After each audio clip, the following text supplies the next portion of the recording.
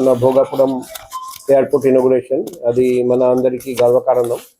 ఆ సందర్భంగా మీ అందరికీ తెలుసు, మన విశాఖపట్నం నగరం నుండి 1465 బస్సులు మరియు అనకాపల్లి నుండి 500 బస్సులు మరియు ఏఎస్ఆర్ జిల్లా నుండి 23 బస్సులు, దాదాపు 2000 బస్సులు ఆ రోజు 3 రోడ్స్ మీదుగా భోగాపురం ఎయిర్పోర్ట్ వెళ్ళడం జరుగుతుంది.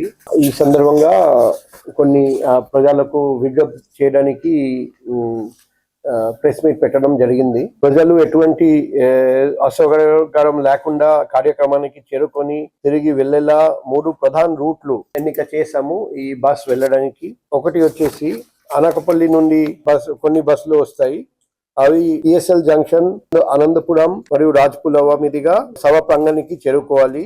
అక్కడ భీమిలి నియోజకవర్గం వాళ్ళు మధురవాడ, అనంతపురం, తగడపు వలస, రాజపులవ, విశాఖ తూర్పు ఆడిలోవ ప్రాంతం నుండి హనుమాన్వాక, అడవివరం, సొంటియాం, ఈఎస్ఎల్, అనంతపురం, తగడపు వలస, రాజపులవ, మిగిలిన ప్రాంతాల నుండి మధురవాడ, ఫ్లవర్ మార్కెట్, అనంతపురం, రాజపులవ, విశాఖ ఉత్తర్, విశాఖ దక్షిణ, ఎనడి, టీసీపాలెం, మద్దిలపాలెం, కొమ్మాది, అనంతపురం, రాజ్పులవ, విశాఖ పశ్చిమ, గాజువాక, పెందుర్తి, ఎనడి అబ్లిక్ పెందుర్తి, తర్వాత Saripalli flyover, service road, Rajiv Nagar underpass, PSL junction, Anantapuram, రాజ్పులవ.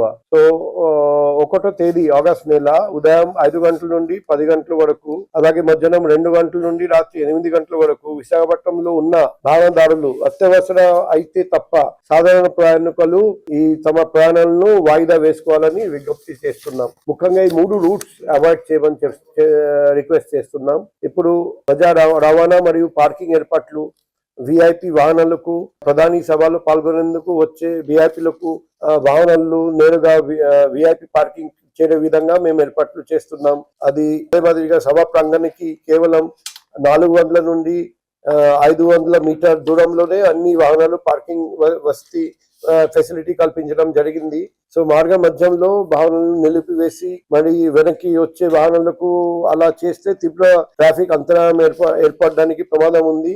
అందుకే ప్రతి ఒక్కరు కేటాయించిన పార్కింగ్ స్థలాలకి వెళ్ళాలి. అది కూడా వాళ్లకు సూచించడం జరుగుతుంది. జాతీయ రహదారిపై సభకు వచ్చే ప్రజలు ఇబ్బంది పడకుండా పార్కింగ్ స్థలాలకు చేరుకునేలా అక్కడక్కడ సూచిక బోర్డులను కూడా ఏర్పాటు చేయడం జరుగుతుంది.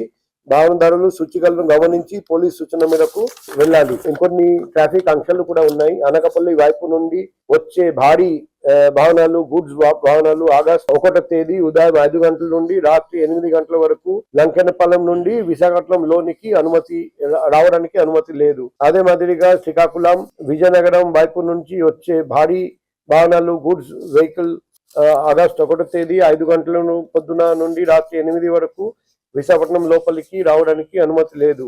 భారీ సంఖ్యలో ప్రజలు, వాహనాలు వచ్చే అవకాశం ఉన్నందున వాహనదారులు కేటాయించిన పార్కింగ్ ప్రాంతంలో వాహనాలను నిలిపివేయాలి.